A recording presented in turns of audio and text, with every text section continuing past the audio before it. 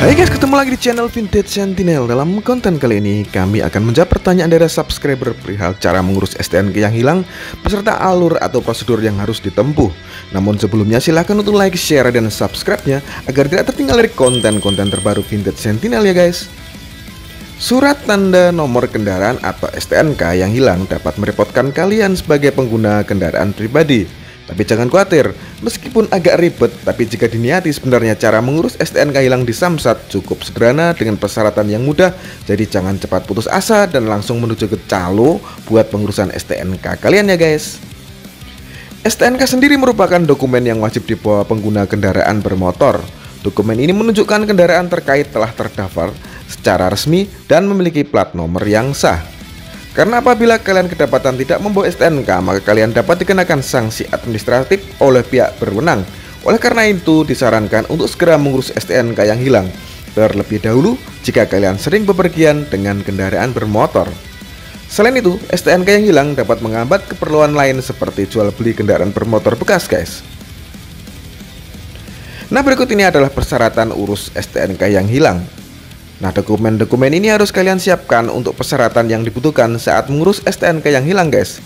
Syarat-syarat ini meliputi formulir permohonan, laporan polisi kehilangan STNK, cek fisik kendaraan yang sudah dilegalisir, fotokopi buku pemilik kendaraan, dan legalisir dari leasing apabila kalian masih kredit, surat keterangan leasing identitas pemilik jika motor kalian masih dalam masa kredit.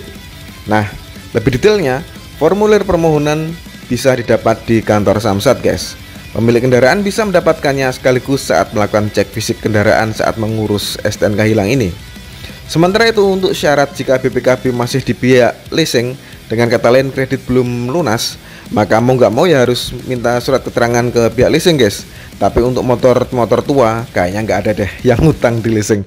Masa Alfa Sigma ngutang guys. Dan satu lagi, pemilik tak perlu meminta legalisir BPKB dari leasing seandainya kredit itu sudah lunas atau jika BPKB sudah berada di tangan kalian sendiri guys. Selanjutnya untuk identitas pemilik yang dimaksud itu adalah KTP yang identitasnya sama dengan STNK guys.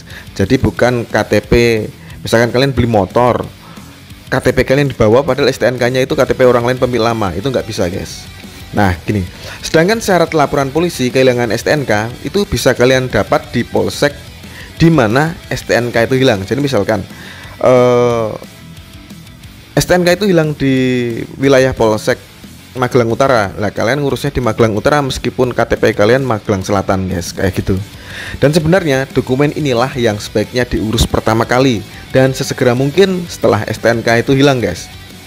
Surat keterangan kehilangan ini ibaratnya akan menjadi landasan bagi kalian untuk menerbitkan STNK di Samsat nanti-nantinya guys. Jadi paling penting dan paling utama adalah meminta surat keterangan kehilangan di kepolisian guys.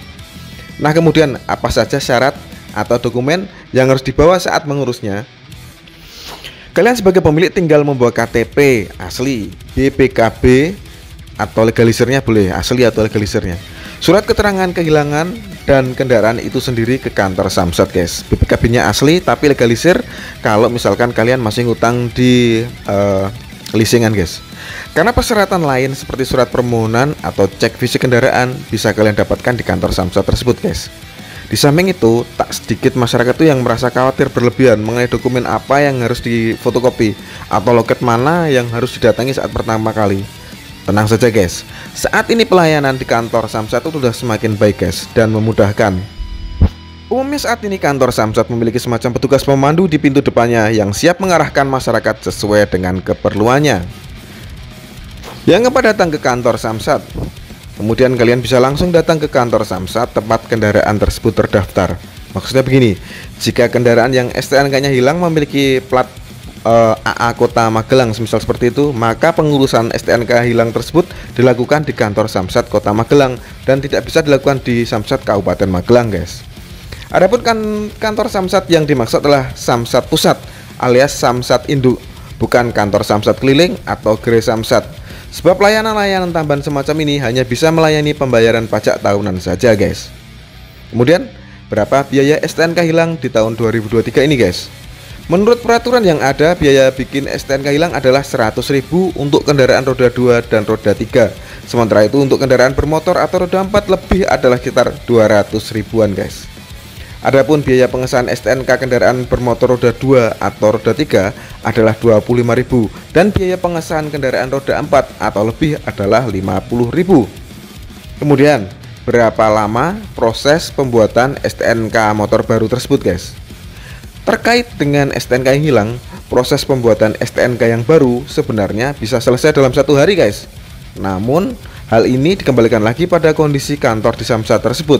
Misalkan, pada saat itu terjadi kelangkaan material STNK, seperti halnya tahun 2013 sampai 2016 lalu guys.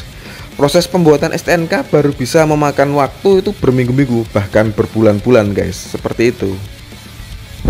Oke, itu tadi cara mengurus STNK yang hilang beserta alur dan biayanya. Semoga bermanfaat. Jangan lupa untuk like, share, dan subscribe-nya. Sampai ketemu di konten-konten vintage sentinel selanjutnya. Wassalamualaikum warahmatullahi wabarakatuh.